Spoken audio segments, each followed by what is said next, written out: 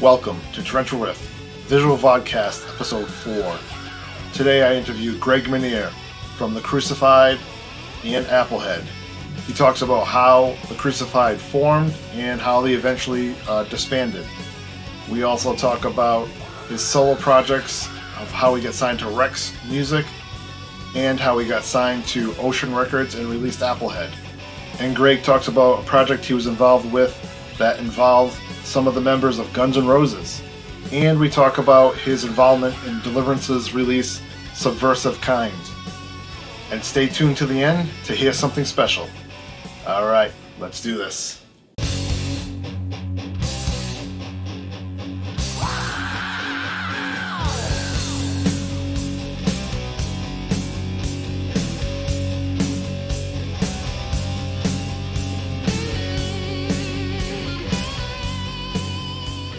Hey guys, welcome to Torrential Riff. Today's special guest is Greg Menier from the Crucified and AppleHead. Greg, thanks for taking the time to answer some questions today. Yeah, no problem, Jeremy. Yeah. All right. Thanks for having me. Absolutely. First question is, when did you stop playing guitar or get interested in playing guitar? Okay, so that's a great question. I think I was 7 years old. Oh, it was either 7 or 8. I know it was third grade. No. It was second grade. And I had, for some reason, I think I had 10 or 11 bucks saved up. And I rode my bike down to Kmart. I'm looking through records because I had one of those little portable box record players. You open up the lid and put the record on it, and that's the little speaker. Yeah, I remember those. And I'm sifting through these records in Kmart. And I come to this record, and I pick it up. And I say, what the heck is this? I don't know what it is, but I have to have it. It was the first Kiss record. Yeah. I saw their faces with the paint. No idea what it sounded like. I took it home, put it on the record player. I was blown away. And at that point, I was like, I want to be Ace Frehley. Yeah, you hear a lot so of stories that's what like it was that. for me. It was Kiss. So you might be able to see. I mean, there are a couple Yep. Kiss posters in here. Yeah. So you got the interest, and then when did you actually get a physical guitar and you were like, yeah, I got to have one? So in third grade, my parents bought me a little electric guitar and an amp, little piece of junk beginner thing. And I started going to, they sent me to lessons. This old man's house, he was probably in his 70s, I would say. And he lived in this little dingy 1-bedroom house, I'll call it. And he did the lessons in the bedroom. So you would sit by his unmade bed and take lessons. He was teaching me skip to my Lou and Camptown races, right, stuff like that. And I wanted to learn how to rock. And so I took lessons for a little while and then quit. And the guitar's a little harder to just pick up and teach yourself how to play with no help or instruction than, say, the drums. So one thing I was also doing with that Kiss record was I had these 2 wooden stakes that were for a set of horseshoes. And, these big, thick stakes. And I would beat on my bed playing the drums along to that Kiss record. So I think it was in 4th grade. My older brother got a drum set, and he didn't play it much. And so I started playing it and taught myself how to play because I could, hear the songs and hear how the drum beat went as opposed to trying to learn how to play something on guitar. So I really started off on drums. And then I would say 7th grade probably was when I picked up the guitar again and started teaching myself, which was real hard. I didn't even know how to tune the guitar. Just trying to listen to records and hear how the riffs go. And I remember when I don't know who showed me or how I figured out, but the power chord, once I learned what that was, it was like, oh man, this is on now, Yeah. So that's how I got into it. Nice. So when did you start getting? You're like, hey, I want to start. Did you start a band or did you join a band? Like, how did that ball get rolling and being in a band? Yeah, in eighth grade, a buddy of mine, Clay, he played drums. We both played drums together in the marching band and stuff, and we both were Kiss fanatics. So and he and I became like best friends in seventh grade. And so we started kind of jamming together, he on drums and me on guitar. And then I don't remember if it was during eighth grade or it had to have been maybe over summer. A buddy of ours, Steve, we brought in as a singer, and then a friend of ours named Joe, who played guitar as well. And we started playing, and that first band was called Death Threat. Oh, yeah. Nice. We had no bass player. And we wrote some originals, and then we tried to play some Kiss covers. It was horrible. It was horrible. As a matter of fact, one time we usually practiced at Clay's house in his garage or at my house. One time we went over and practiced at Steve's house in his garage. And for some reason, I rode my bike home for something. And when I came back, they said, oh, we can't play anymore. And they said Steve's neighbor, some lady, came over crying and asked us, please stop. Because it was so bad. It actually made her cry, and she came over and asked us, please stop. That was my first band. Second band was the Crucified. Oh, wow. So you jumped right into the Crucified, huh? Now, was that the original band, or did the band name change at all? And that was in high school? What was that? Did you form the Crucified, or was there a different band? Did it morph into the Crucified, or? No. Crucified was totally separate. Crucified formed in my freshman year of high school. Jim and I were playing with one of our youth leaders in a band. We would play a few songs at youth group. Our youth leader, Barry, was always the last one to show up. So we I'd grab his guitar and we would fool around, and we'd like play some songs that were kind of punk rock, Yep. And after a while of doing that, I don't know who said what, but we're like, well, we got to form a band. We got to do our own thing.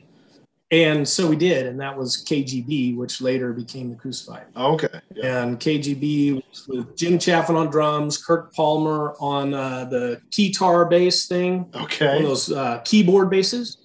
And Wayne Stone Cipher was on vocals. And we all went to church and youth group together. Nice. So that's how it formed. Later that year, Wayne quit the band. I don't remember exactly why he quit the band, but he did. And Jim knew Mark from high school. And I didn't know Mark, but I'd seen him all around high school. He had this funny haircut. I was this clean-cut kid that had like a real tame mullet. My parents wouldn't let me grow my hair out. I couldn't wear rock and roll clothes and all that stuff. My dad was a district attorney at the time, later a judge. So we were like the respectable family. Image. But Mark would have all his punk rock garb on and everything. He had this hairdo that if you pictured his whole head shape, and then he had this strip of hair that went like this and then down around the back. It was out there. Yeah, I've never seen it. But anyway, so Jim told us about him and said, hey, I know this guy, and we should ask him to try out. So he did. He came over and tried out for the band, and we all loved it. And then that was it. Yeah. Nice. How did you record that first demo on KGB? The KGB demo, we went to, we were buddies with a band called The Cause in Fresno, and we opened up for them a couple times. It was one of them that hooked us up with a guy who had a recording studio in his, I think it was in his garage. And it was a live demo. There was no overdubs or anything. I think probably what he had was a little mixing board and then a little 1/4-inch, reel-to-reel tape machine, because that's what I think Jim still has that tape. The master. We just went in and recorded all those songs live. No overdubs or anything. We didn't even know what that was back then, You were like, so must have it's on tape. This is cool, so cool. You must have. Yeah. And that was like the coolest thing ever. I used, I had a really, really crappy amp, and I tried to borrow one from a buddy. He wouldn't let me borrow it. So this guy at his house had one of those Rockman. I don't know if you know what it is. Tom Schultz from Boston invented it. And it's about the size of, as he says, a peanut butter jelly sandwich. And had a little clip so you could put it on your belt and have headphones, walk around playing guitar. And the sounds in it were, it sounded like Boston guitar. So I ended up running into one of those for the recording, which is cool. And there's a funny thing about that is I just heard on the radio the other day I think it was on Hair Nation maybe, the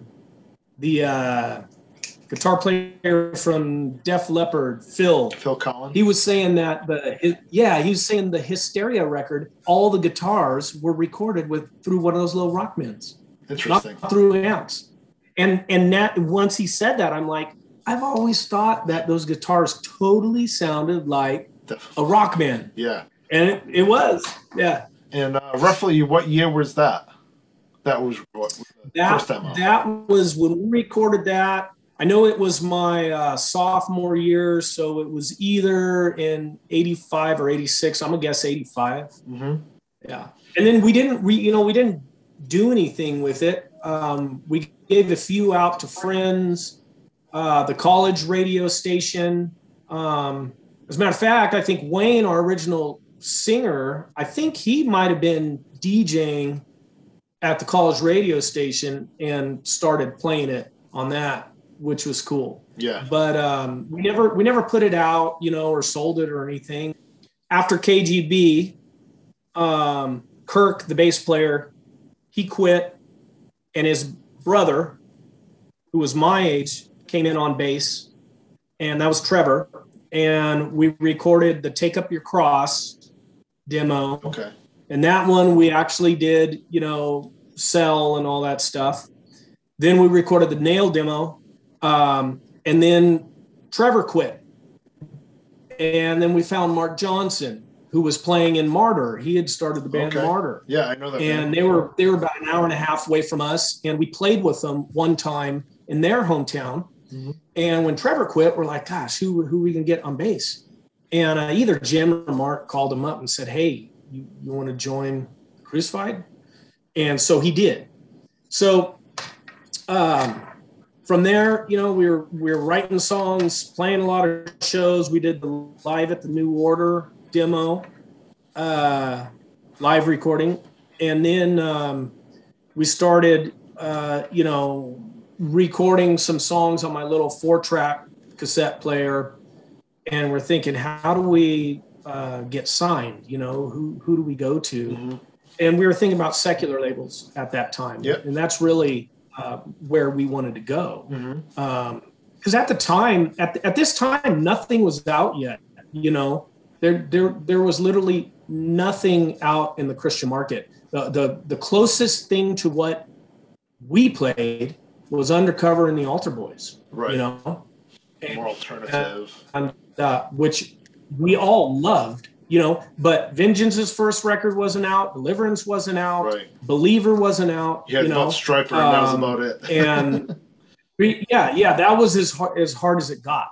So we didn't really know what we were going to do. So from that point, how did you get hooked up with Narrow Path Records. I would see, Intense or, Pure Metal Records. Then all of a sudden this new record label, Narrow Path Records, comes out. And it had you guys and I think Torn Flesh. How did that come to be on Narrow Path? Yeah, so that's an interesting story. So when we signed, when Narrow Path, the guy who started Narrow Path was a guy named Greg Sostrom. And it was a startup label. He wanted to start a Christian label. And Greg's an awesome guy. And he did his absolute best for us. But Mark Johnson and I did not want to sign with Narrow Path. Jim and Mark did. So we ended up giving in on that because I didn't want to sign with the startup label. Right. And when we did sign, I believe at that time, Vengeance's record was already recorded. It may have been out. I don't know. But, I was looking at things like, man, we could sign with Intense. Yeah. Or something else, and I know Mark really liked the idea of Narrow Path because it'd be more punk rock to go with a startup label. You know what I mean? No big, as opposed to an Intense or something. No big label telling you how to sound. Yeah, and I think maybe there was also a little bit of a fear that if it's say we got signed to Intense, well then that means Bob Beeman's picture is going to be inside our album, which wouldn't be very punk rock. I love Bob; he's the sweetest person I've ever met. But I know some of the guys in the band didn't want to be lumped in with all that same stuff. Wanted to do our own thing. Okay. Yeah. So anyway, we ended up going with Narrow Path, and they had distribution through Pure Metal. Okay. So that was good. So right. I had plenty of records. I had lots of records that were on Pure Metal. You know? The funny thing about the recording process is, and I know one of your questions is going to be about how absolutely crappy that album sounds. It's the worst sounding album I didn't say ever. Oh man, it embarrasses me. I can't even listen to it by myself because it sounds like such crap. But anyway, we were in that same exact studio previous before getting signed. It was called Casbah, and some famous punk rock bands had recorded there in the past. I feel like Social Distortion. Yeah, Social Distortion.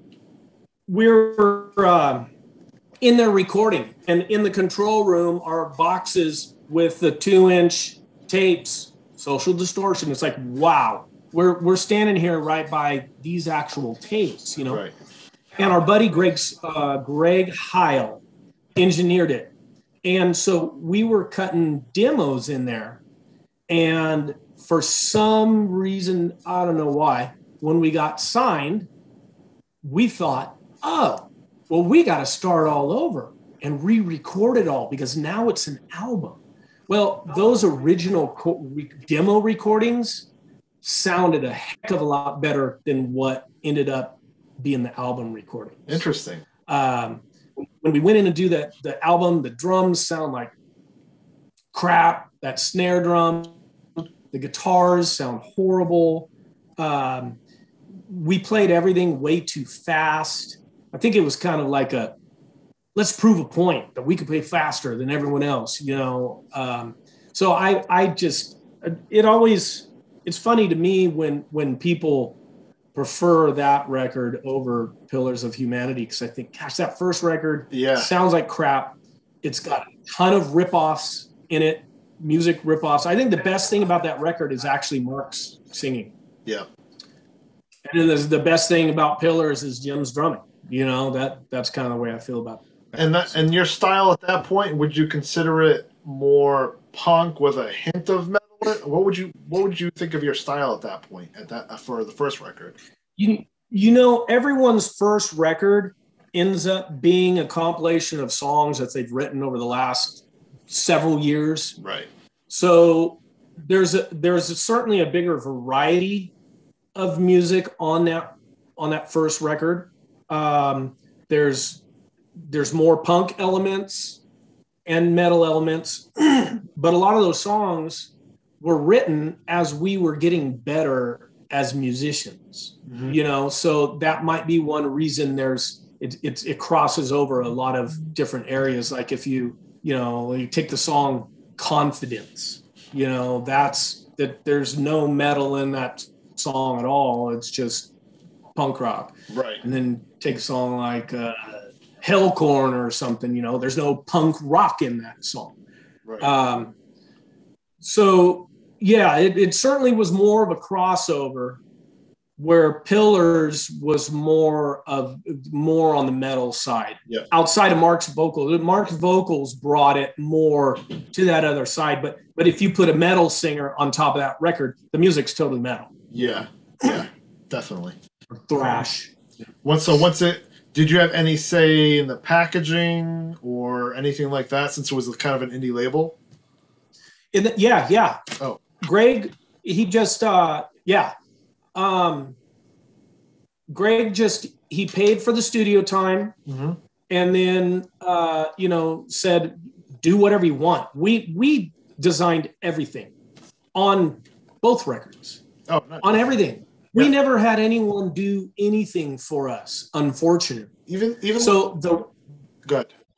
Go ahead. I was gonna say, even like this, you have you don't see it, but there's a little Jesus head in here, like it's very subtle. Yes. So Mark is a fabulous artist. He designed all our shirts, and he designed both album covers. So, but here's the thing: Mark's drawings of the idea were always better than the final result that someone else did. So that album cover was Mark's idea. He wanted us looking up at this like fisheye lens, and then having like those clouds and stuff around us with Jesus kind of looking down. So his sketch of it was awesome. Yeah. So we're like, well, how do we do this? Okay, we take a photo, and then we put this airbrushed thing on top of it. So a guy in Fresno did the airbrushed thing there, and it was literally laid on top of that picture, and then a photo was taken of it. Right. See if we get that. Yeah, and it ends up looking lame. Oh no, it's not bad. It's kind of. I like the idea, but it looks like something laid on top of the picture. You know what I mean? Graphics wise, yeah. But we didn't. The thing is, if we had been on a bigger label, they would have said, "Hey, here's $5,000. Go make a killer record cover." Right. We didn't have that. It was more like, "Here's 500." Right. If that. Go make a record cover. Right. So once the record got released, did you guys tour at all, or just locally in California, or? We mostly in California. We never toured. The longest we were ever on the road, right before we broke up, towards the end there, we were out for 6 weeks and probably played 10 shows in that 6 week. Not a real good way to be able to afford to stay on the road. But back then, it's well documented through, a lot of Vengeance's stories, is that, you in the Christian metal and thrash world, I won't say market, but world, shows were typically put, for the most part, were put on by people who had no idea what they're doing, didn't know how to advertise, didn't know anything about, having the proper sound there. We would have a writer, a contract for live performances that the promoter, the person that hired us, would sign. And it would have, things about sound requirements, sound system requirements, food requirements, and nothing. We weren't Van Halen with the M&Ms or anything like that, It was just, we can't eat pizza every night, and we need a sound system that is good, big enough for the place and sounds decent, and you got to have someone run it that knows what they're doing. Right. And it's just like they half the shows would just ignore it. You'd show up and there you go, Little Caesars again. Pizza. And, this crappy sound system, underpowered, someone running it who has no idea how to mix thrash stuff, and then a lot of times, more often than not, you don't get paid, so, which make a living off of that, you get, sometimes you would get someone that's like, hey, I don't have the money that I promised to pay you, but we're doing it for the Lord, right?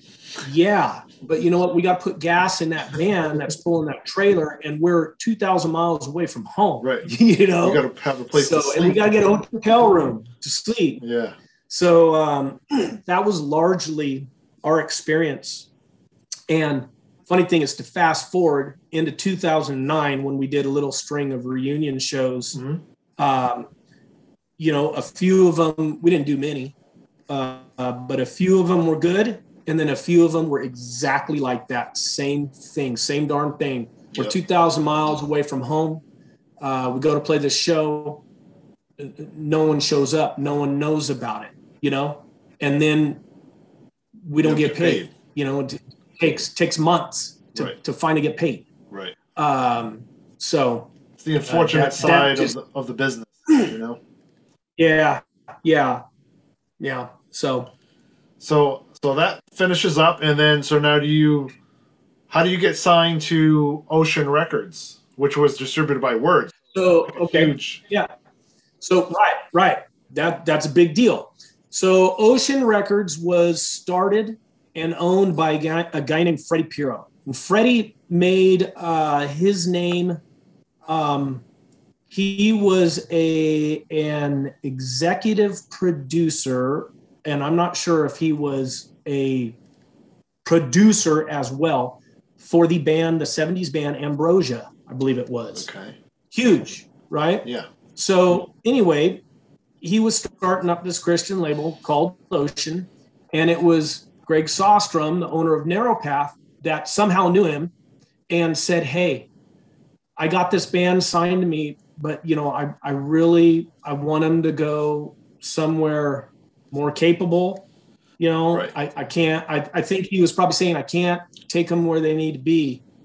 So we met up with Freddie, and Freddie wanted to sign us, which was funny because Freddie was much older than us, no clue about thrash music, probably hated it if he ever listened to it, but he knew that we were a hot band,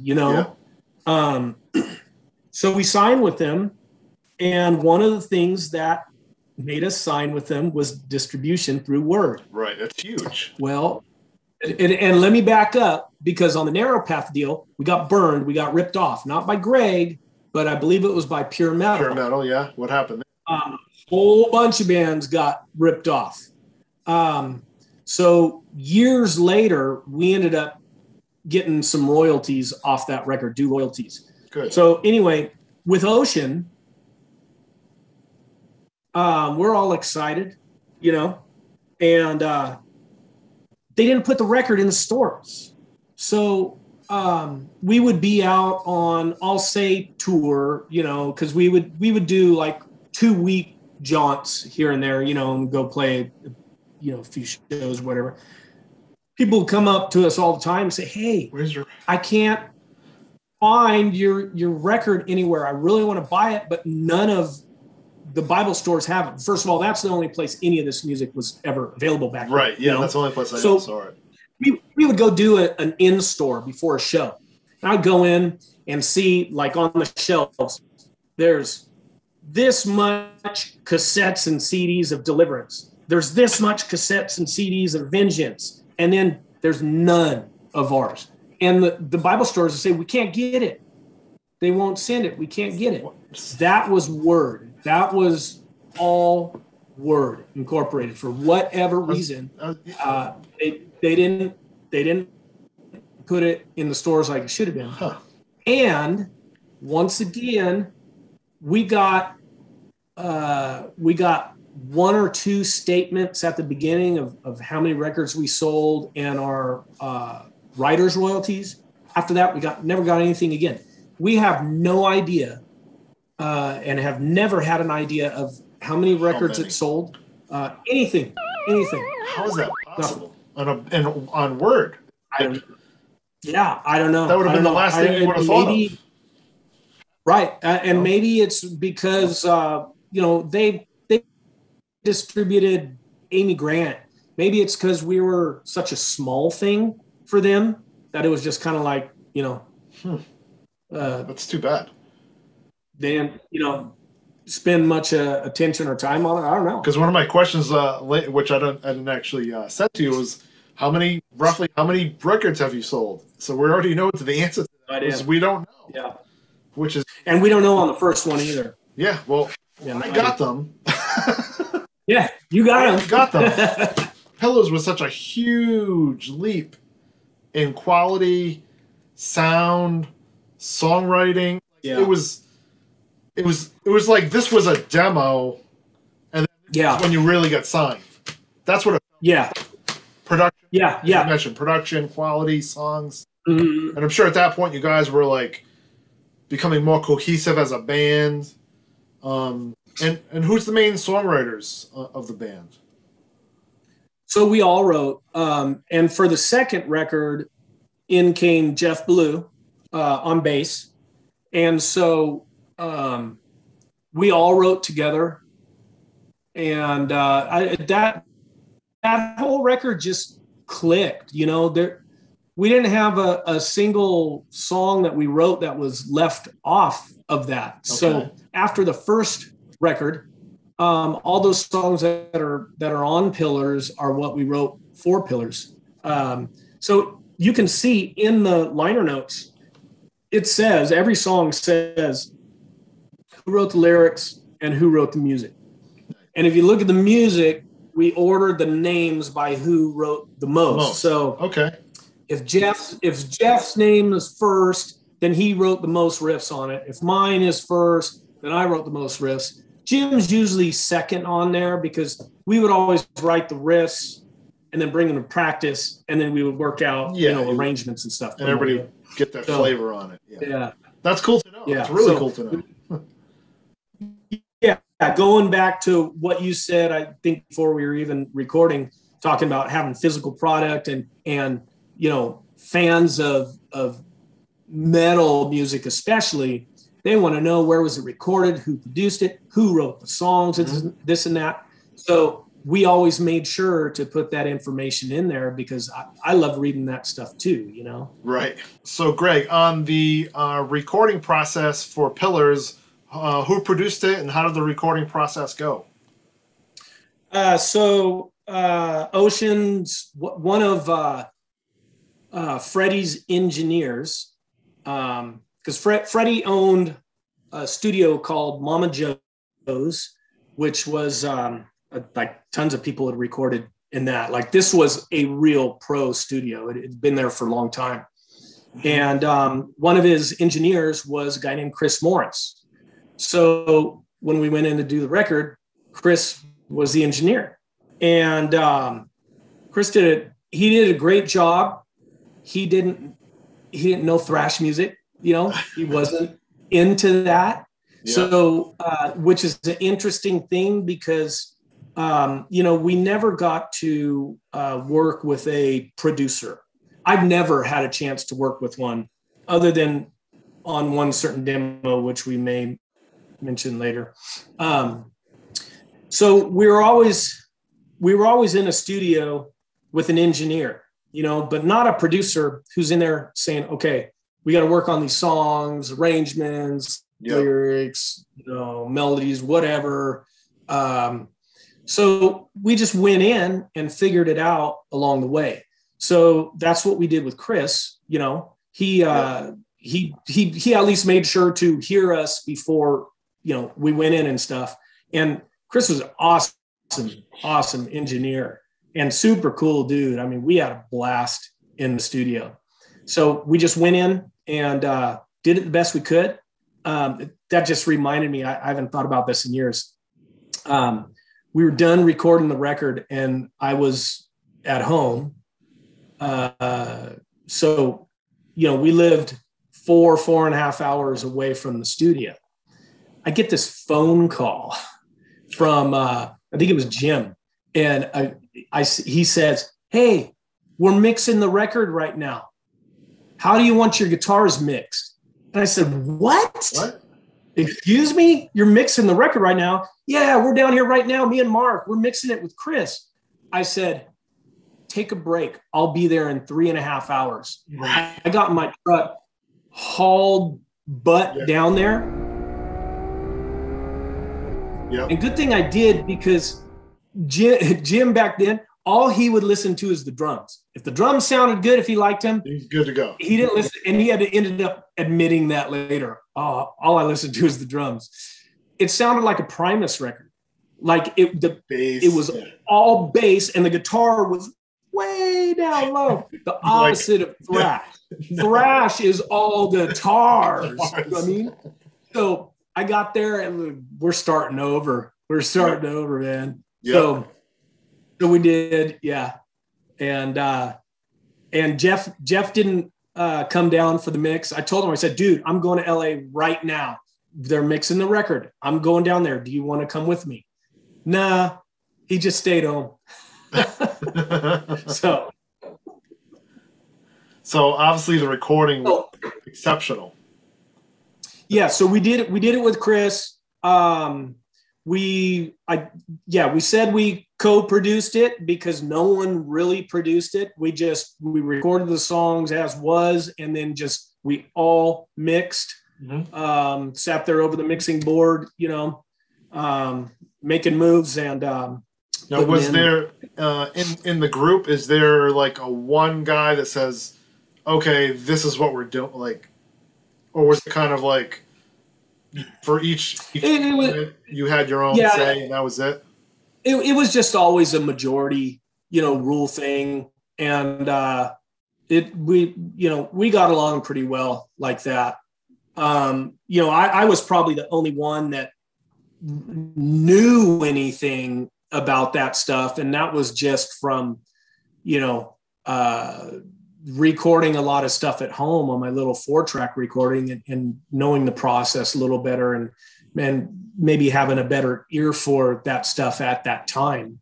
But we just all, as long as everyone was happy, then cool. And the packaging, again, you said Mark did he? Yeah. Again, so Mark conceptualize it, and then Mark drew an really killer drawing of that record, of that cover. And then it went to,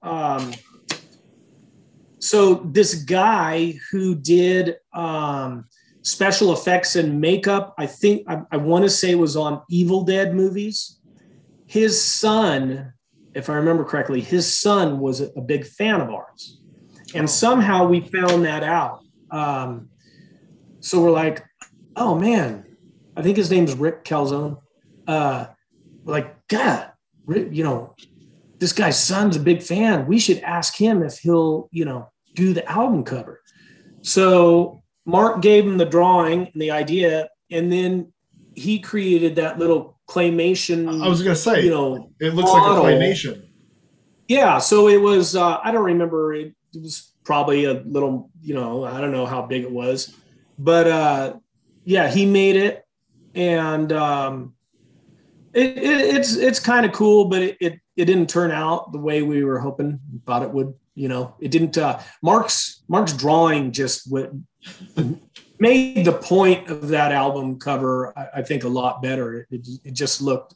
It was much more dark than that album cover. Yeah, I was going to say. So, is there a certain meaning you guys wanted to come across with the split, with the corporate versus? I don't know if it's the occult or.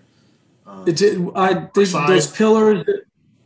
Doesn't it say like deception? And I can't see it, but I think it says like deception, death, deception, strife. Well, I don't want to speak for Mark's idea, but I think it's pretty obvious if you just even consider his lyrics on the album. That if you look at songs like Hate World and Mind Bender and stuff like that. And then you look at that album cover, it's kind of showing, you know, humanity as is on one side, and you know, everything that it's built up, and you know, you got that rich guy reaching out to you, and then the other side's what's underneath, what it really is. Right. You know, kind of like the being a hypocrite or two-faced. You know, it's just evil underneath. You know, yeah. So I always say that this. I'm not really a big punk fan. So when I heard this, I'm like, man, but it rocks and it's thrashy, man. I'm like, those guitars. I'm like, this. I always said this is a perfect fusion of thrash and punk, and I've never heard a record like this since. Mm-hmm. And I don't know if records like yours, but I've never heard a band that sounds like this record right here. Mm-hmm. Yeah, I'll agree. It all came together on that album, from the songwriting to the playing and everything. And you're right. I like I said, the first record had a bunch of ripoffs written by me. You know, there's some Slayer ripoffs and stuff. But that record doesn't. No, I feel like none of that record came from anywhere else. In other words, other bands. Where the first record, like, oh, I want to write this riff that sounds like Slayer, so I'm going to go on Back to the Cross. Okay, well, I'm playing, you know, Raining Blood right now is what I'm playing. But that record, you know, in writing it, it was just like, hey, let's write cool riffs.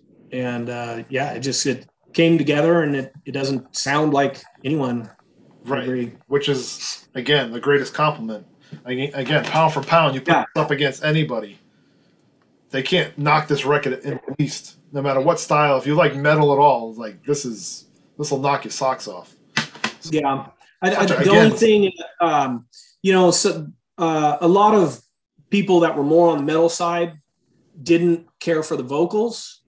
I think, you know, Mark's vocals from the first record were a little, I don't know. I think were more pleasing to metalheads than on the second record.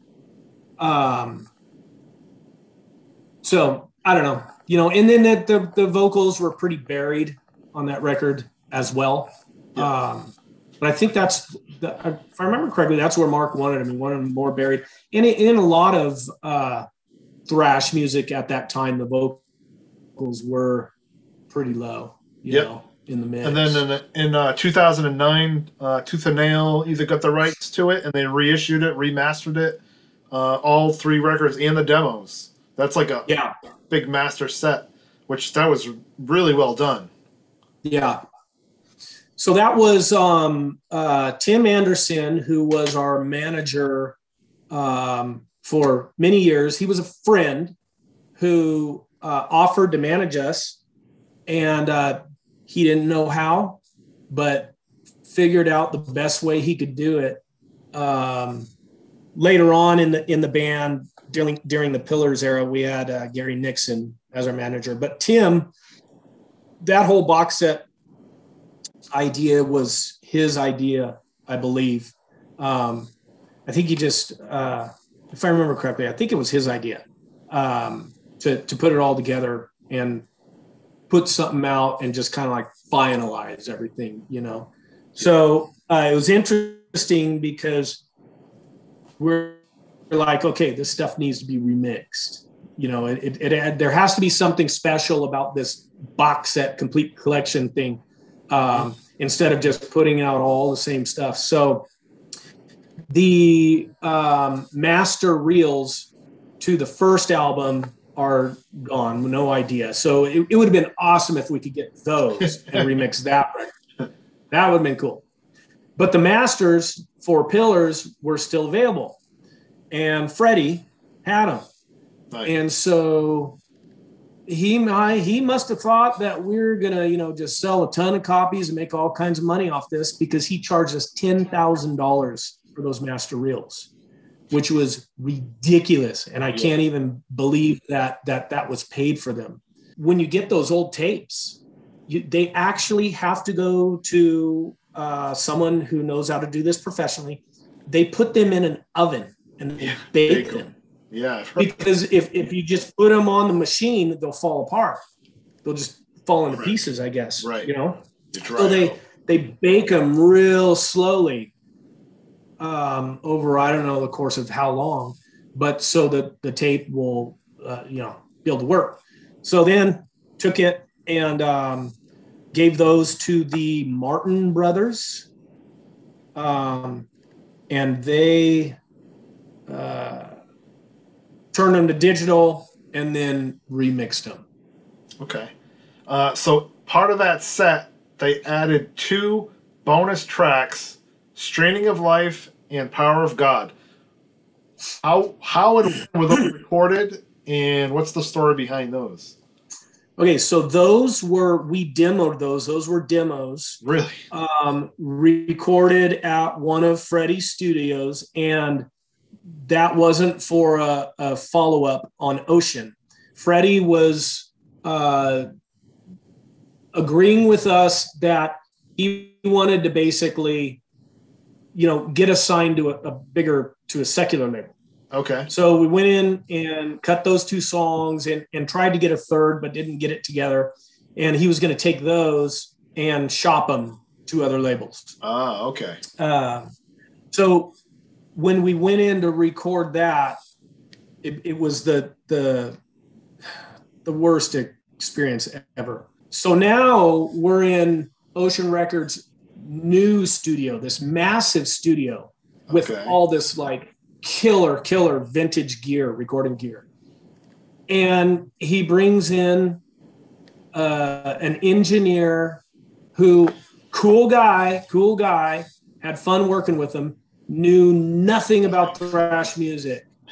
And if you look at that DVD on the complete collection, when it goes to the final recording section, you see Jim's drum set, and you see how many microphones are on this drum set.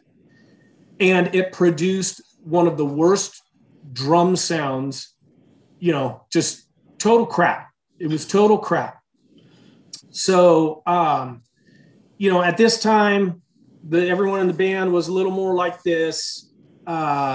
So these engineers just were, they just didn't know what to do with this kind of music. So it sounds like total dog crap. At one point, I'd asked the guys, I said, hey, can you guys just give me like an hour on this? Everyone just leave the control room and give me an hour to like try to fix this up.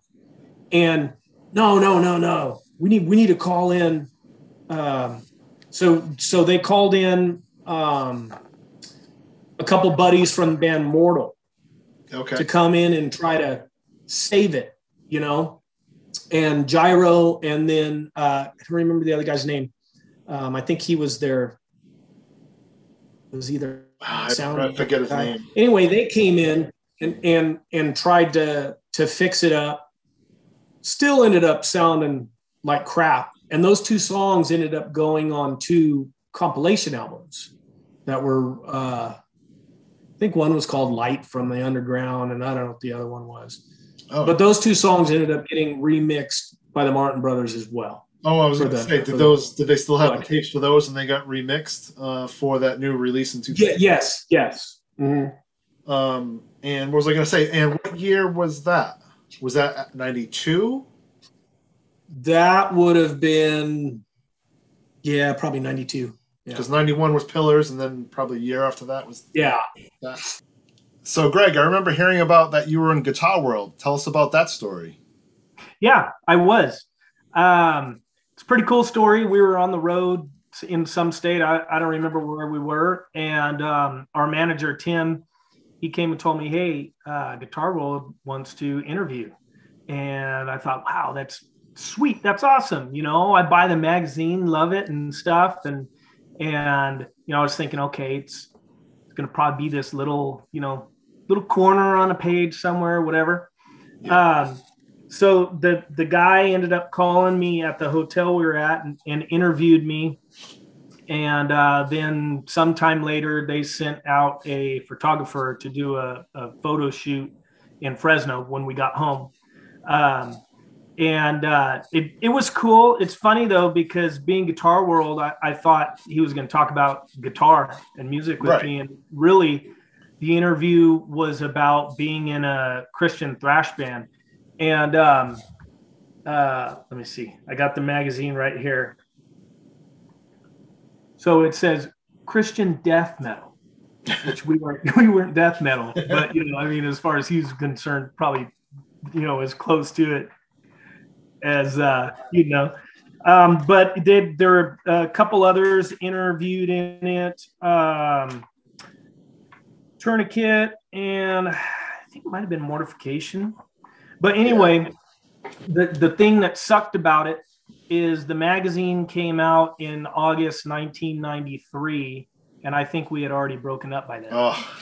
But here's what was so cool when a copy showed up to me in the mail, is the cover, Ace Frehley's on it, and he was the whole reason I started playing guitar. So if there was any edition of Guitar World to be in for me, it would be one with Ace. Yeah. And hold on a second. Let me just see if I can find it real quick. One of the best pictures of Ace ever. Nice. I always love this picture of him. So that was awesome. But here's what's really cool. So, got the cover, and then you open to the contents page. This is kind of hard to do, pointing up there. And you got Ace, and he's with Dimebag Darrell, and I think that's Snake from Skid Row. Then you got Aerosmith. Then you got Zakk Wylde, and then you got what? Right down here, right in that contents page. Yeah, that's cool. And then I hadn't seen the pictures or anything. Like I said, I thought this was going to be something kind of small, no big deal. But I got like a full spread here in it. Nice.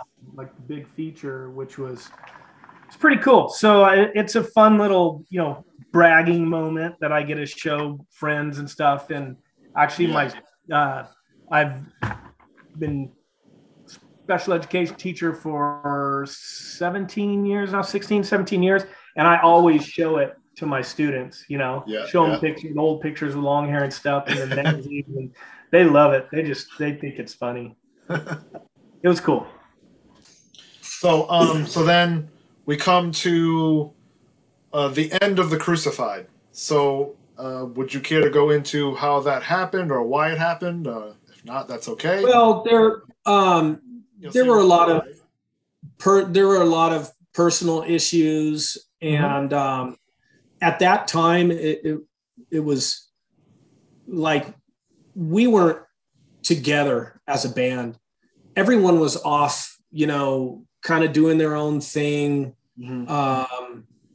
I had started writing songs with a singer named Suzanne that Freddie from Ocean hooked me up with, and recording songs with her, and put a band together out of that. And that was a straight ahead rock thing. I had, big ideas for that. And I was really burnt on playing thrash stuff. The songs we were writing for a third album just were not coming together.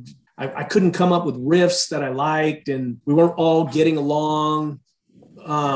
Mark was way over here with like the rap stuff and everything. Jeff was kind of over here. Jim was just kind of he was just Jim. He was in the same place. He hadn't, changed much, I don't think. So honestly, I was, when the band broke up, I was actually happy because I didn't see the future in it. We weren't tight like we used to be. And I saw this other music I was doing with this other band called Sweet Mary actually going somewhere. So we broke up, did a couple reunion shows in 1995. One of them was Cornerstone. And then it wasn't until 2009 when we got back together again. And we had talked about writing some stuff and trying to do something, but everyone lived in different places, and it was a logistical nightmare to try to make it happen. And, even to take the time to make it happen would have been too tough. Yeah. All right. So the Crucified ends, but we're going to go back in time a little bit. So in 1990, you got a release on Rex Music. So it was that, so that was obviously, so it was after the first record, before Pillars, correct? Yes. And how did that come to be? So I had recorded that at the same studio that the Crucified recorded their record. So at Cosba with Greg Heil. And that was a demo that I recorded. I had $400, went in, recorded the demo in 2 days. And there's no bass guitar on it, as a lot of people know, because number one, And Justice for All was out and big at that time. And there's no, we know the story on that. Yeah. Well, actually, now we know the story on that. It took a long time to find out, but once that engineer finally spoke and found out, Lars was like, okay, turn it down to where you can't hear it, and then turn it down a little more. Yeah, exactly. So I was like, well, who needs bass? I only got $400. I'm out of time anyway. I don't have enough. I don't have the bass. I don't own a bass. And I haven't written any bass parts. So I just went in, and it was a demo. Right. That's what it was. It was to market, to go. Yeah, exactly. Yeah. So and actually, I don't even know if I had plans of like having my only plan was to make this demo and then to sell it at Crucified shows. So I did that at a couple Crucified shows. I had a bunch of cassettes made up, sold a few of them. And then somehow, I don't remember how, but I got in touch, or he got in touch with me, I don't know, with Doug Mann? Yeah, with Doug. He wanted to sign me to do an album. And then I think it was his idea. He's all, well, why don't we just release this EP first, as is, and then you could do a follow-up. Yeah.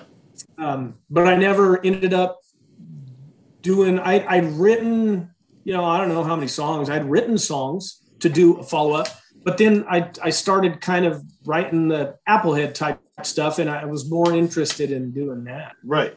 So something interesting about this reissue from Retroactive, I'll put it on the screen here for you guys to see. So about 7-8 years ago, I somewhere in the internet, I found these demos, the demos of the demo that you was, and again, I dabble in amateur remastering, so I cleaned it up the best I could. Then I reached out on Facebook to you and I said, hey, Greg, I have these demos. And it has some unreleased tracks on here. And you're like, no, that was on Rex. I don't know what you're talking about. I go, no. These are demos. So you said you totally had forgotten that about those. So I said to you. Yeah. Yeah, I know. And that's what I forgot that those were even on that re-release. And that blew me away, that I was like, how does anyone even have this? I don't know. Because you didn't have it, right? Or no, I don't have it. And the only person I remember ever even giving those little 4-track bedroom demos to was Greg Sostrom from Narrow Path, because I sent him to him. Yeah. And talked about doing something with him. And I'm just remembering this. I forgot about this. But at that time, I think he was like, you know what? I don't think I can help you out enough. You need to take it to someone else that can do it right. So yeah. Those, I wonder how those were even out there for you to find. Because you were like, no, I don't have any demos. I don't know what you're talking about. I go, I got them right here. I'll send them to you. And you're like, I don't know about this. So now there's two. They're pretty embarrassing to listen to too, as well. So that brings my question up. There's two songs that were never actually on this official release. It was Foolish State and Sewing Life. Could we ever hear a re-recording of those? Highly doubt it. Yeah, figured I'd ask. I don't think so. All right. Not interested. So what was the response from fans? Because this is more up my alley. This is like, again, more the Metallica and Justice for All vibe, which I love. More straight ahead thrash, songs were great. For a demo, it sounded great. Yeah. Were you happy with the release? To a certain degree. I was happy with it. I was happy with it because outside of not having bass, I was like, okay.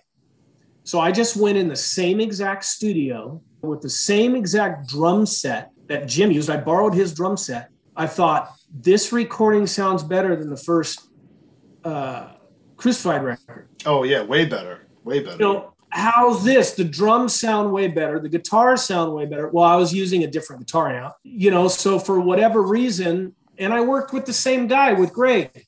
For whatever reason, we just did a better job with it, After Pillars comes out, the Crucified disbands, then you come out with, so I guess it was technically the follow-up to the solo, but it kind of morphed into this grunge metal vibe. Yeah.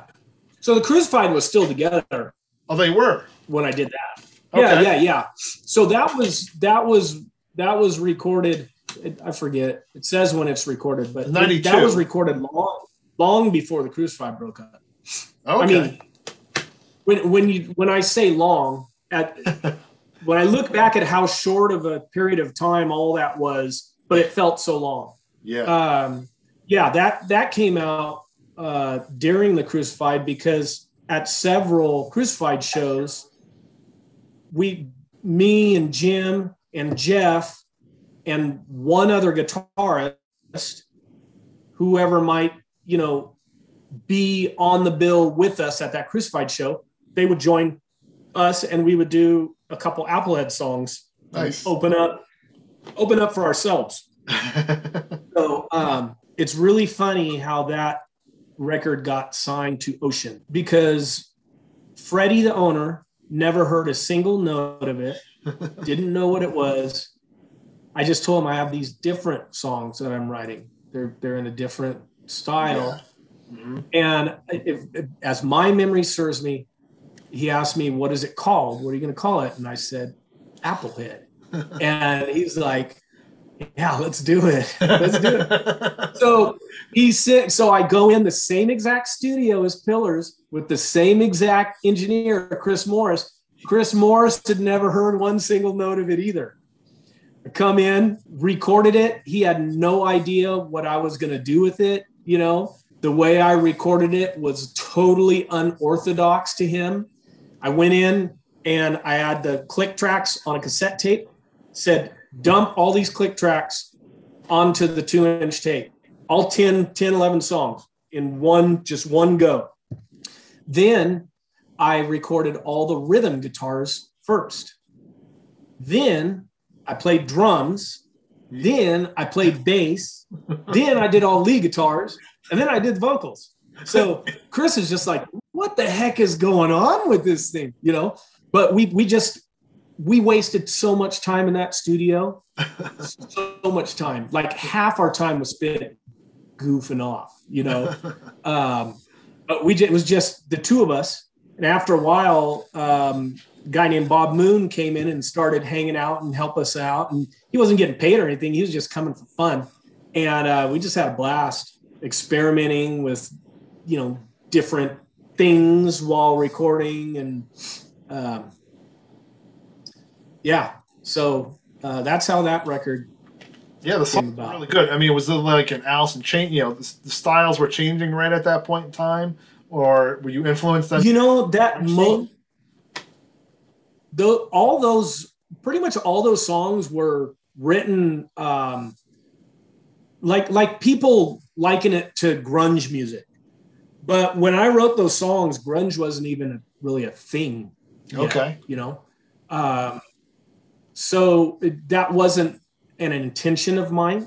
They were just songs that I was writing that I liked. You know, like say 6 Feet Under, that was probably more influenced by Danzig.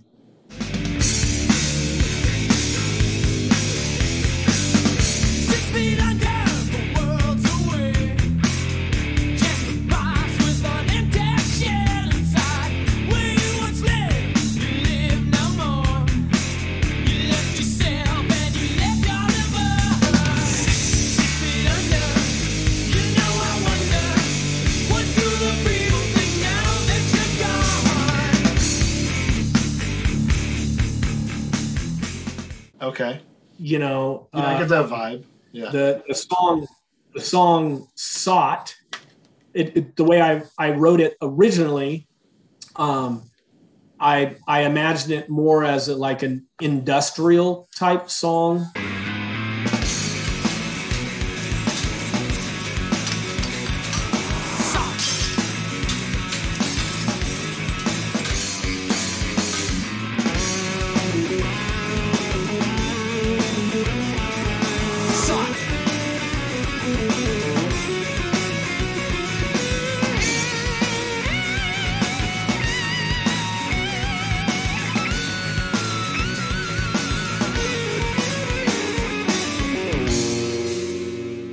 But all those songs were influenced from something else, you know?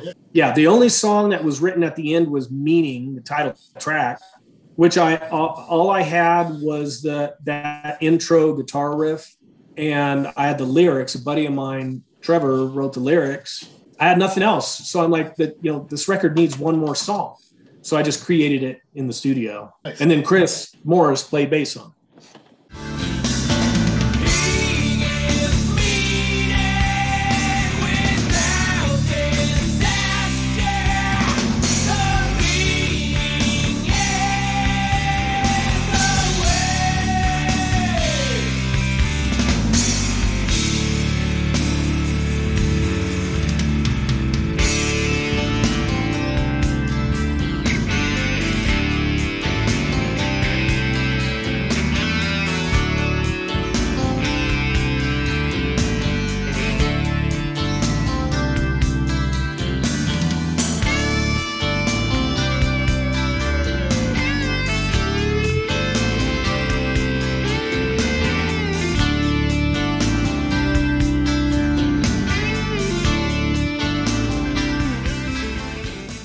And I had a couple other guest players on it.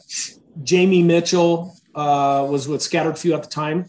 And rest in peace, Jamie Mitchell died a year or two ago, I think it was. He played on Eyes of Foolish Man, and he was shredder.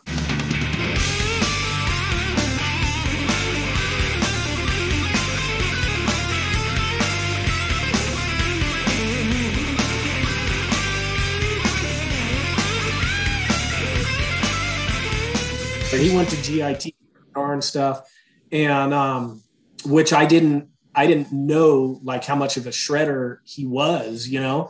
But I asked him to come do the solo. It was cool, man. He sat there and he just jammed, working this thing out. And I just remember beads of sweat coming off his face as he was, you know, coming up with these solos. I'm like, dude, you're stinking amazing. Chris's buddy came in and played drums on Radical Departure because I wanted it to kind of have like a little bit of a swing feel, and I just couldn't play it on the drums. Yeah.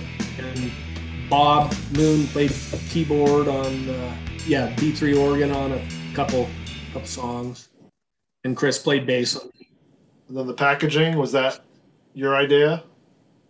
So that was, I can't think of the photographer's name right now. He had taken some like promo shots of the Crucified and stuff. He was from Fresno, where I was living.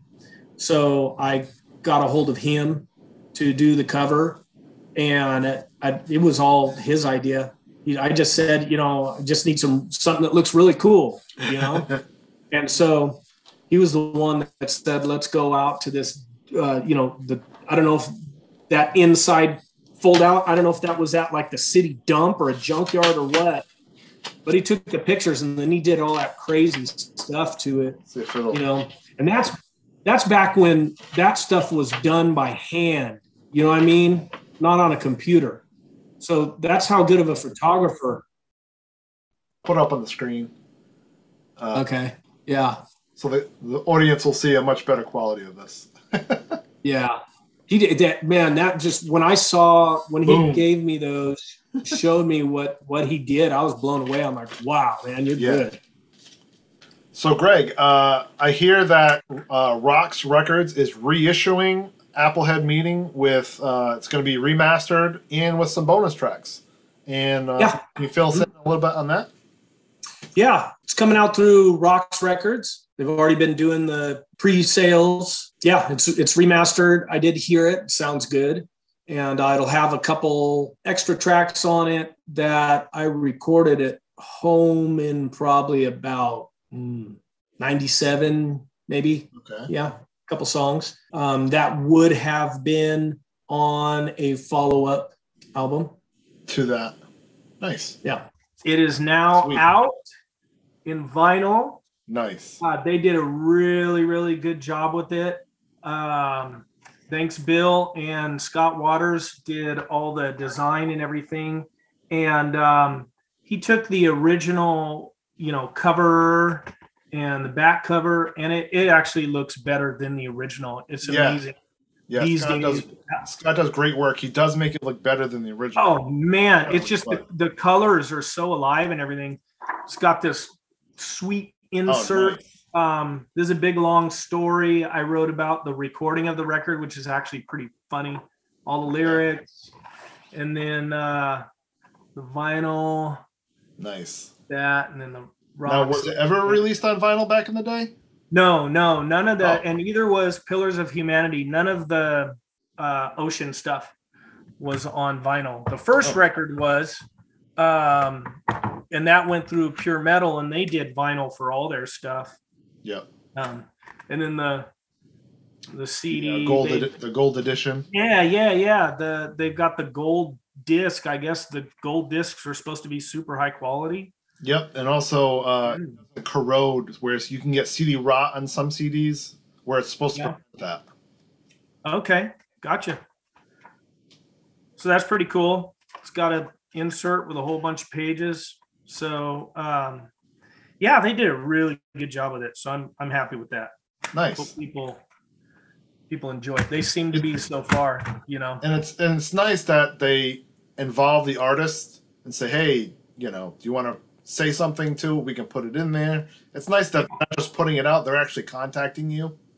Yeah, they actually asked me, like what do you want it to look like? Do you want to just do the same original cover? What do you want on the inside? And I said, just all the same stuff. But I'll do a write-up for it, just kind of explaining, how it came to be and how we recorded it and stuff, because it's an interesting story. So cool. It'll be fun for fans to read that on the new reissue. Yeah, and then on the CD, not on the vinyl, because and I didn't even know this until they were saying they weren't going to put the bonus songs on the vinyl, because I guess in order to keep the quality of sound high on vinyl, they can't put more than 22 minutes, I think it is max, on a side. Okay. Otherwise, the grooves get smaller and the quality really dumps. So the vinyl is just the original release, but the sides, like side 1 and side 2, kind of changed a little bit so they could even it out and get the timing right. So the way it was kind of intended was that the song Intermittent You would be the first song of the second side if it was on vinyl, but it ended up being on the first side for length purposes. But the CD does have a few bonus songs that I were intended for a follow-up. That were, one of them was written in probably 93. The other two were probably written in about 95 or so, and I demoed them at home on the home studio stuff that I had. So yeah, nice. Yeah. Cool to hear those new songs, those demos. Yeah. Rob Caldwell and Scott Waters, for me as a fan in the business, they make the best reissues, remasters, packaging, better than any secular labels. I'm so happy that they're on our team. Yeah. Love that. I'm sure they work on secular things also, but that they have a love for the music that I have as a fan and used musician. It's got to be kind of good to know that we're putting out quality products. Yeah. Rob's the guy that does the remastering, right? Yes. The mastering. Yep. Yeah. He does a great job. And Scott's work with the artwork and all that stuff. It's amazing that he can, take that cover, his old CD insert from that long ago, scan it, and then clean it up to where it looks better than the original. It looks better. Yeah. It's the work they do. You're right, is amazing, and it's just so cool that these labels like Rocks and Bill, all this stuff, just as a fan, that he does this, all this music that otherwise, people wouldn't be able to have again. Because a lot of it's sold really out. A lot of it's sold out, and it's very expensive to try to get this stuff. Yeah, you find original copies on eBay and stuff. It's crazy. So to be able to get it, done again, and a lot of times in a better package, that's pretty cool. Yeah. Now, I did see a T-shirt. I haven't seen the packaging because I don't have the CD yet. I did see a T-shirt where they had the AppleHead, where it showed a skull with the AppleHead. I go, wow, that would have been a cover. Is that included? Oh, I know. So that was a buddy of Scott's. He did that years ago. That looks really cool. Yeah. And Scott emailed it to me and showed it to me, and I'm like, dude, that would make a badass shirt, Yeah. And he's like, well, let me find out if he'll let it be used. And he was like, cool with it, cool, do whatever, So, nice. And that's the first thing I thought too, is, man, that'd be a good album cover too. A good cover. I wasn't sure if you might use that as a flip cover on the other side, or. Yeah, it's not in the CD or anything, packaging. But it is available on those shirts through what is it? What's it called? Christian metal T-shirts, I think. Christian band shirts. Something like Yeah. I'll put it up. I'll put it up on the screen. Cool. Yeah. Or at the bottom. That'd be great. Yeah, that'd be great because they've got, all kinds of merchandise for all kinds of bands. Yeah. So I still need to get some myself. I keep forgetting. I was gonna say, at least you're getting some of that money back. Where back when you put all these records, you guys, almost everybody in the Christian metal scene got almost no money. That's what you hear from every artist, unfortunately. Yeah. So at least this way we can support you guys. Say, hey, we'll buy your merchandise because a lot of it goes back to you as the artist, so you can make new songs. Yeah, right. And I'm just glad that people can get stuff now, whether it be music or merchandise. I don't getting the little minuscule amount of money that comes back. That's great. Hey, if I can take my wife out to dinner, then fine. Nice, right. If it's like, signed up with Christian band T-shirts, so now they're releasing all these shirts and everything, and they sent me $50. Well, you know what? I'm gonna go down to the Mexican restaurant. And let's go out to some tacos and margarita with my wife. Cool. I know you did some lead guitaring on Deliverance's Subversive Kind. Yeah, Subversive. So how did that come to be? And did Jimmy reach out to you? How did all that come to be? Jim Chaffin did. Okay. He reached out to me first. He asked me if I wanted to play on it because they needed someone to do the lead stuff. And I was like, wow, that's really cool. Thanks. But no.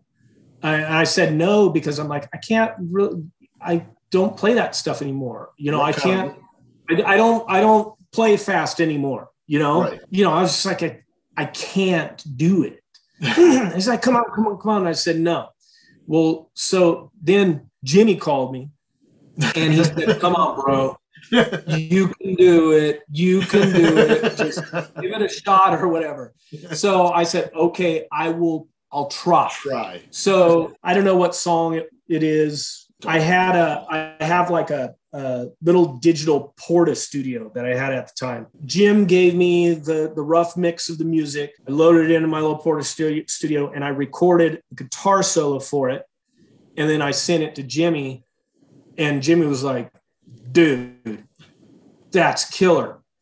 I want you to do the whole record. So I was like,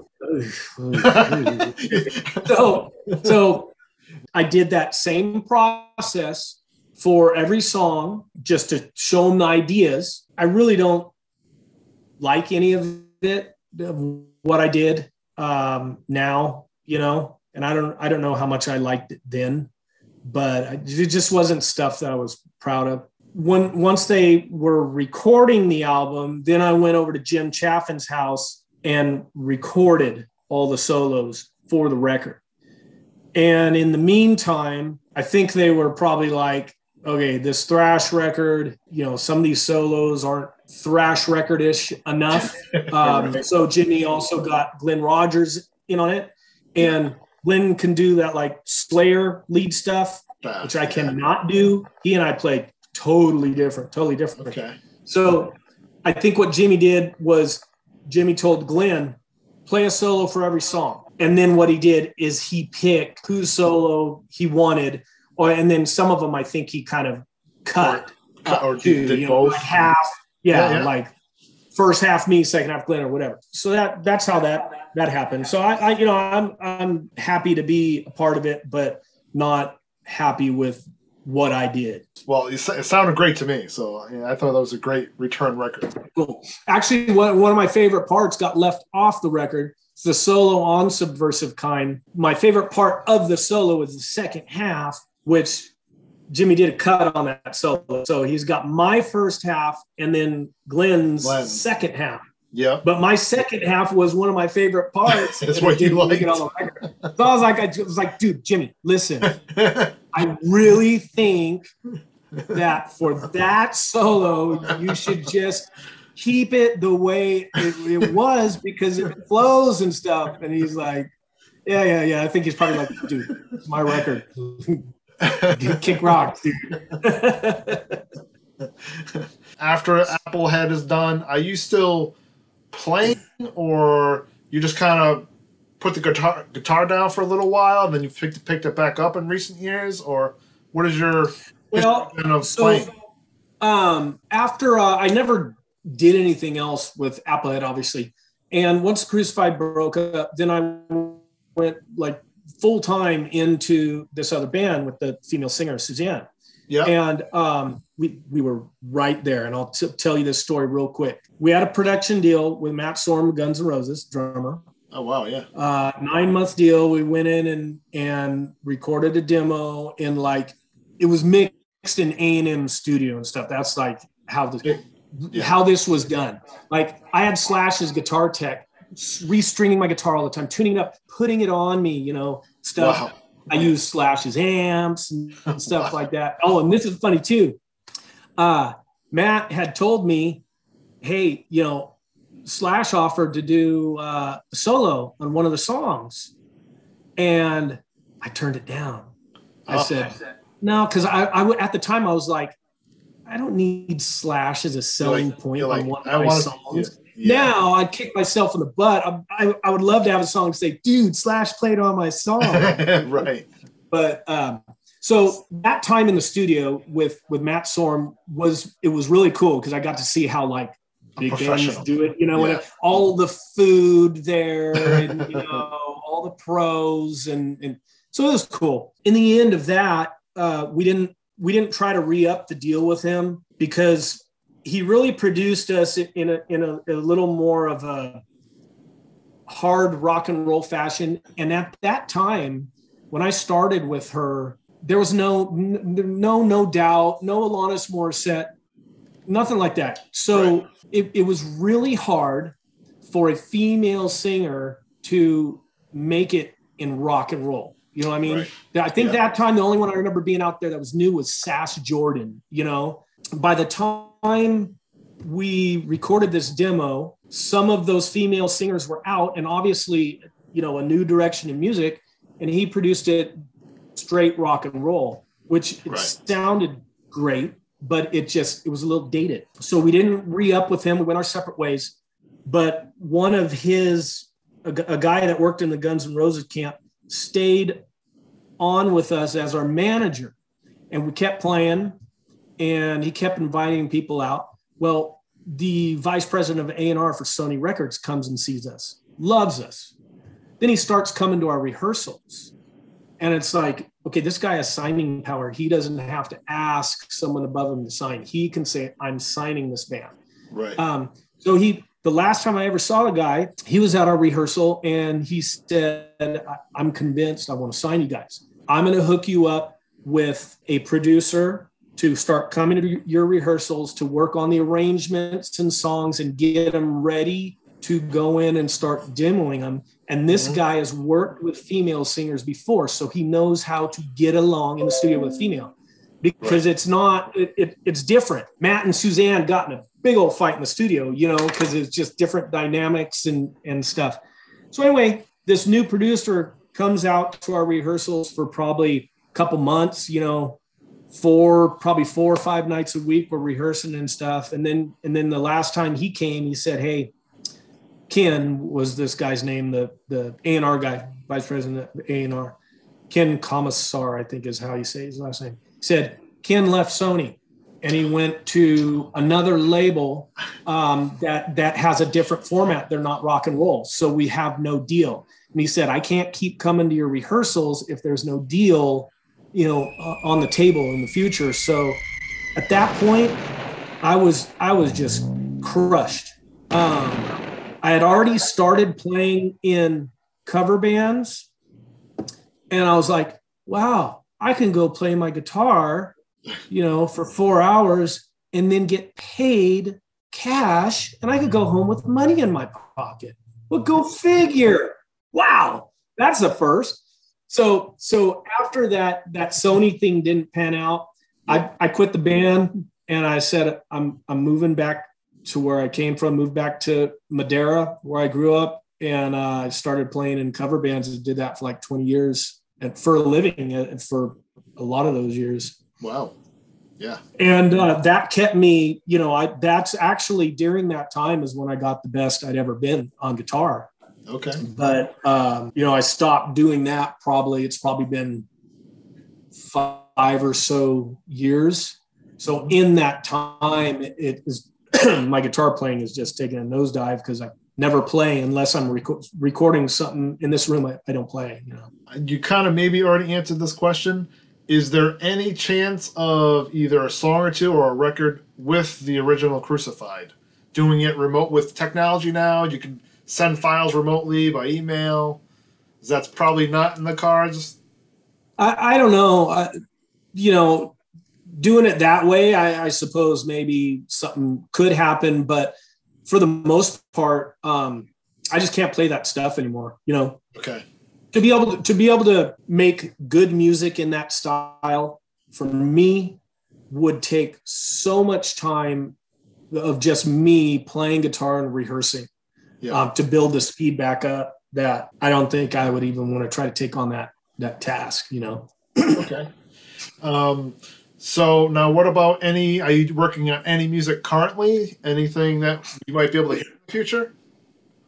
I'm working on a new AppleHead record, and just because to call it AppleHead, because what else would I call it? You know, it's a little more on the, I would say, straight rock / metal edge. Yeah, it was like 3 or 4 clips, and had a little bit of everything. Yeah. So it's and as I'm writing songs, I'm just writing them for me, not thinking about, you know, a certain style or anything. If I like the song, then I like it. And if it remotely fits in, you know, I'm a big Queen fan. Queen's albums were all over the place. Yep. You know, there was never one style. It wasn't like here's your one style in this album. That's certainly not what I'm trying to do. It's just, if the song's great, then, or if the song's great to me, then the song's great. So doing it all here at home, and I would say it's 80% written and about 60% recorded as of right now. Yeah, it's coming along quick. Yeah, it is. It is. I've been on spring break this last week, so have annoyed my wife a lot with disappearing up here into the music room until 3, 4, 5 in the morning sometimes, Yeah, because you get kids and you want to get it out. Yeah, well, and then like we were talking, you know how long it takes to edit your videos and stuff. Sometimes the wives think, why are you putting all this time into? Yeah, like my wife, she'd care less. Yeah. Like, okay, that's cool. You like it? That's cool. Yeah. Like, it takes me a month to do these. She's like, why? Why does it take a month? Yeah. It's just an interview. I'm like, wow, it's more than that. It's more than that. Yeah. Well, and I was talking to a buddy musician the other day, and we were just kind of laughing about how, with recording songs, they think you just go in and record it and it's done. Like way back. Yeah. But for me, it's taking forever because I'm literally writing them as I'm recording them. So it's not like, I'm writing a song with a band, we rehearse it a bunch, then we go in and record it. I'm right. Building it riff by riff, and having to come up with every single part, lyrics, melodies, this and that, and trying to make it really good, so that's taken a lot of time. Yeah. I'm having so much fun doing it, though. It's nice. And it comes out when you hear the record, you're going to feel that too. I think a lot of times, and you'll hear different musicians say that, they'll say, my demo was actually better than when we went into $1 million studio and the producer changed everything. So you're actually getting the raw, because you're playing it and you're recording it, and it's just out. So sometimes that's the best thing. Yeah, it certainly can be. Because we had that experience in the past with Crucified, going in and demoing songs, and then you go back and re-record the same songs, and it's like, I don't know, the first time we did it, as a demo, it just caught the energy and the spirit of the song better, Yep. So yeah, I'll send you I don't have anything finished, but clips. I have some things, like some rough mixes of songs that are not complete, but I would say are probably, 90% there as far as the recording process. I might need to throw in a couple other things here and there, but they're not, mixed. Just raw. Yeah. So, and you can put something up on here and let some people. I'll play some clips. Little clips. I'll put some clips in there, and if you have song titles, send them to me, and I'll put the titles in too. Yeah, the stuff I'm doing now, it's not like this first record at all. It's not. I don't like to call it grungy. It got put into that, but most of these songs were written even before grunge happened. So. I don't know. I've heard it's what came out. It's what came out at that point in time. Yeah. But what I'm doing now is more power metal. Some of it's kind of power metal, and some of I feel like it's just, to me, it's classic rock influenced metal. Mm-hmm. Because I don't have to, answer to 3 other guys in the band or anything. Right. I get to do whatever I want. And since I'm recording it completely by myself, it's good and a bad thing, because I don't have anyone else throwing in ideas on how to create this thing.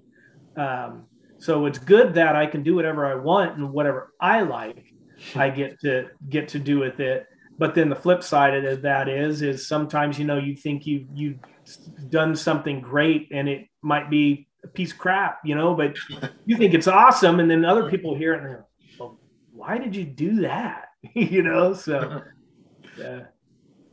But yeah, we'll be looking forward to hearing that when it comes out. And still you don't know who's going to put it out. You might put it out yourself, or you're not really sure yet, or what's the story with that?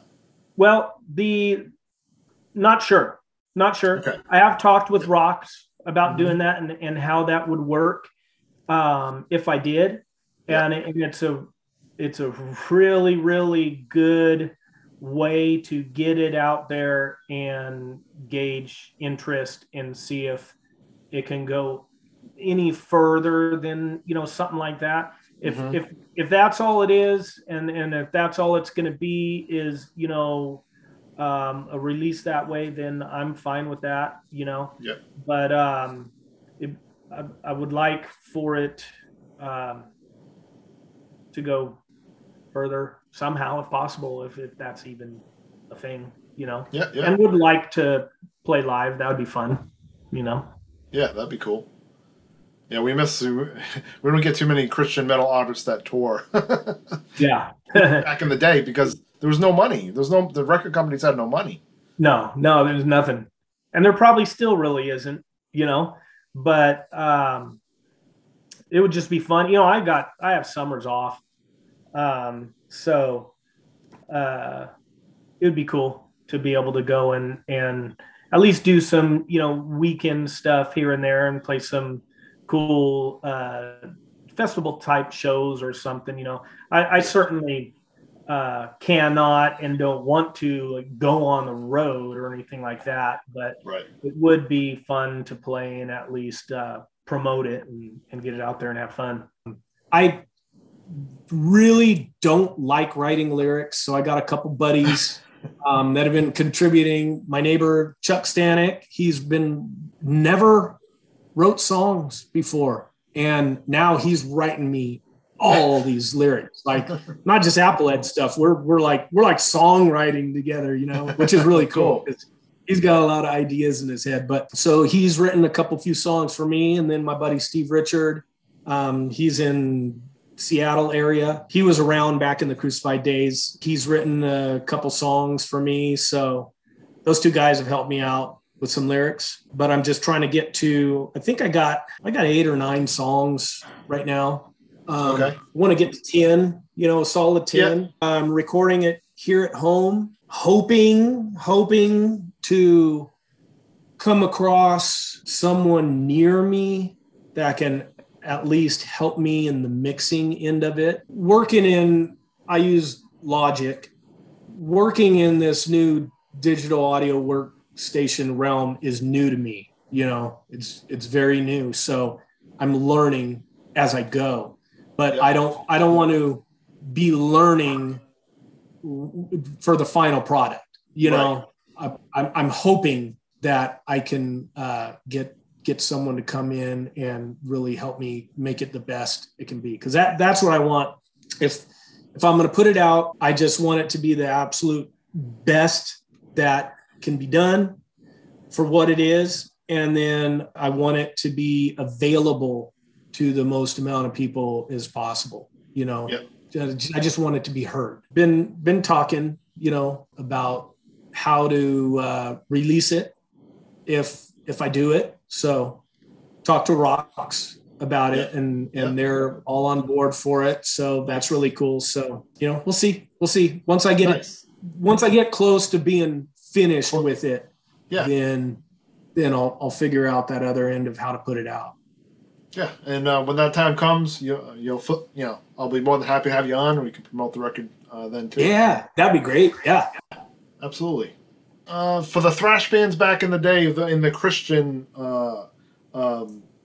genre, what were some of your favorite bands, or did you even listen to any of the other bands? Yeah, I did. I really liked Believer. Oh yeah. And Vengeance and Deliverance. That was probably, as far as thrash stuff, because it was in the early days. By the time like Living Sacrifice and stuff came out, I had already largely stopped listening to thrash. Because you were playing it. Well, I was playing it, and I'd kind of had my fill of it, and I had started listening to all the music I grew up on again, Boston, Styx, Queen, and stuff like that. So when Vengeance their record came out, and we played with them all the time, you know, so, and with Deliverance and stuff. Back when everyone's first record came out, I really dug it, still dug it. And especially because they were friends and everything. That was cool. I would say if I go back and listened to Christian music, just because I rarely ever listen to any new music. It just, for me, it takes a lot of patience and time to listen to something enough to really start to like it. You know, and when you're young, you listen to records over and over and over and over and over. Well, that's all we had. You start loving them. Yeah. You put the headphones on, you read the lyrics, and there might be a song that you hate. And then after you listen to it 20, 30 times, you're like, this is my favorite song on an album. Pretty good. You know? Yeah. So when I do listen to Christian music, honestly, it'll be the stuff from, you know, the earlier part of my Christian music fandom. So like Resurrection Band, Colors is one of the best Christian, you know, rock records ever made. Love it. You know, I'll still listen to Altar Boys. Love the Altar Boys. Mike Stan. I remember the first time I saw them play, and we played with them once. We opened up for them. They came and played Fresno. We opened up. That's how we met them.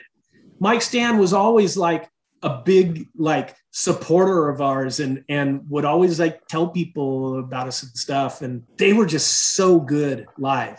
And his guitar playing and sound with that Telecaster and his vocals and everything, I just loved it.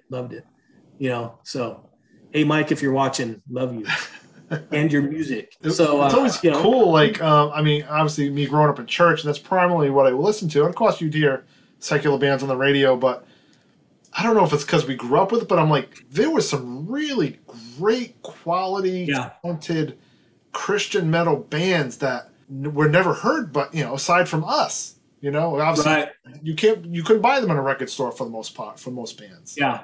And then some, like, you know, Tourniquet, you know, you had some Deliverance, you guys, it's Living Sacrifice. Those are some solid bands that were really talented. And I'll still listen to, you know, Stryper and Bloodgood, Barren Cross.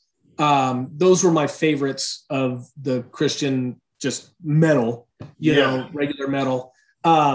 But yeah, I listened to those, and like the first Bloodgood album, you know, I'm like, why is this production not better? You know, I mean, I've hung out with Daryl Mansfield several times way back when, love the guy, but why did they have him produce this metal record?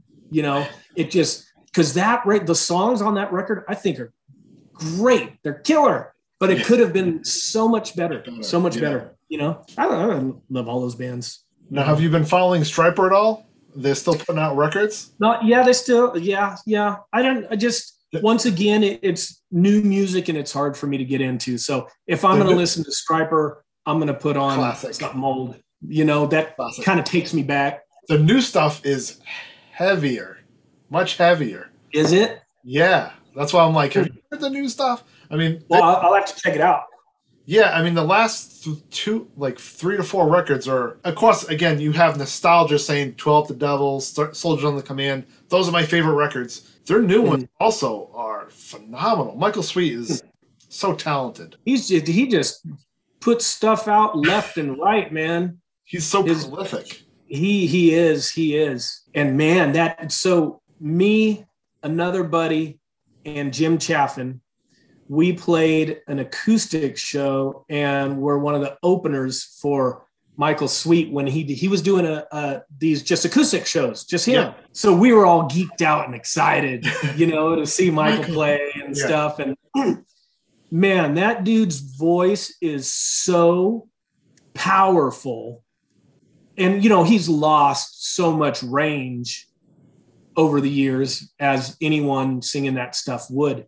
But still, when he came on, just him and his acoustic guitar, I was like, dang, that guy sings loud, you know, and it just sounded good. Jim and I were just like, you could tell we were like little kids, just little fanboys, like, dude, that's Michael Sweet, you know, and we'd seen Stryper before, but yeah, it was cool. All right, Greg, is there anything else? Is there a website or anything that fans can get your music or follow you on, or is it more Facebook? How can we follow you? Yeah, the only thing I'm on is Facebook, but I was just thinking about that the other day. You know, I need to try to branch out a little bit, especially if I'm going to put out anything new, try to get the word out a little more. As far as old music, those places that have done the re-releases. All right, cool. I appreciate you taking the time, and happy to help you out in the future with the new material, have you on the show, we can promote it. And I just want to say thanks for your answering all the questions, and thank you for your time. Thanks for being. Yeah, thanks a lot. It was a lot of fun and a good interview. Yeah. Thank you. I appreciate it. Be excited to watch it. All right. Great night. Have a good one. All right, brother. Take care. Bye-bye. If you watch this till the end, you are a legend. I want to thank Greg Minier for taking the time and answering some questions. And I also want to give a shout out to a couple other shows that are out there. So if you like my show, check these guys out.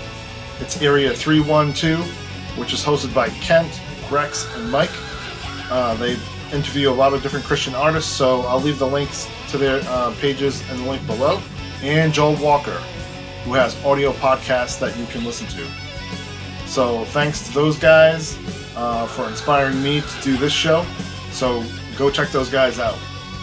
All right, guys, if you stayed here till the end, I got a 4-minute clip of a 13-minute song that Greg is working on. This is an unfinished, unmixed version. So I edited it down to about a 4-minute clip.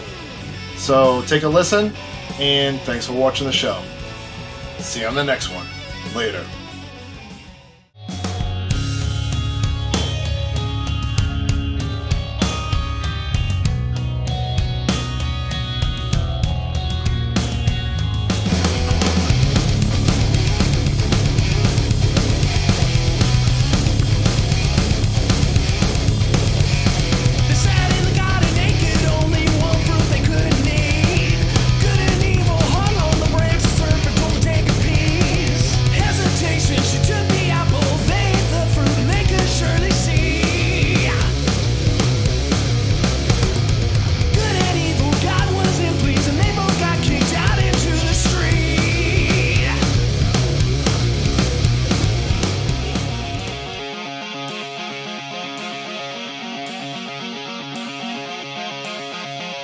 And then he came, the one to save God's people, Mary's boy, the Son of Man, oh yeah, oh